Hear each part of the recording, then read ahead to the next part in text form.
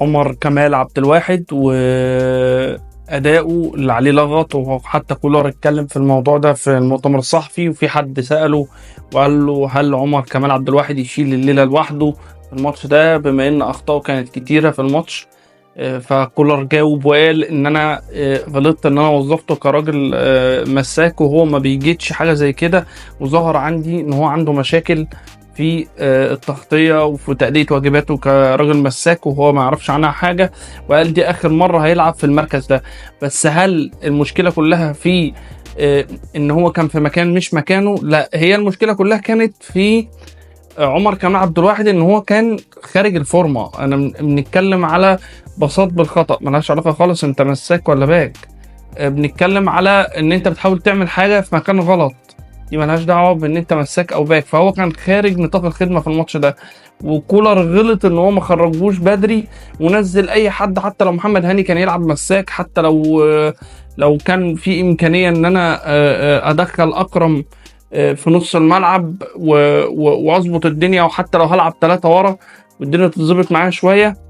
بس كولر ما عملش كده. الحالات اللي معانا استنى بس بتقول قبل ما نكمل، انا حاسس ان انت ما عملتش لايك. انزل اعمل لايك وقول لي رايك في التحليل بتاعنا. وعمر كمال عبد الواحد ما كانش في فورمته، حتى وهو راجل بيستلم الكوره هنا بتتشتت من محمد ابو جبل. الكوره راحت لعمر كمال، ما فيش حد معاه حطها، ما فيش حد معاه خالص. يعني حتى ما فيش سنس ان انت تطلعها رمي التماس. ده انت في لعيبه بتعمل تاكلينج وتجري سبرنت عشان خاطر تطلع الكره ما تخليهاش ضربه ركنيه وتبقى رمي التماس، حطها في ضربه ركنيه.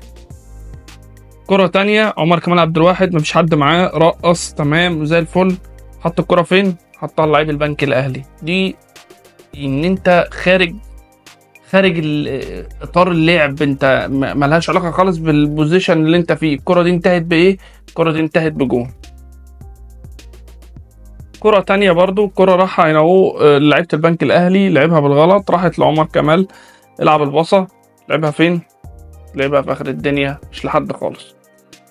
كرة أخيرة هنا، الكرة رجعت من علي معلول لعمر كمال، عايز يرقص، اتقطعت منه، راحت هجمة مرتدة.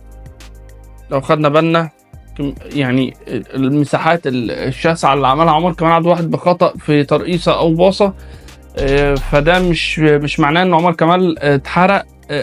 لا، هو كل اللعيبه معرضه ان هي تكون عندها يوم مش موفقه فيه. نتمنى له التوفيق في الماتشات الجايه، بس في مركزه يا كولر، مش في مركز ما بيعرفش يجيد فيه.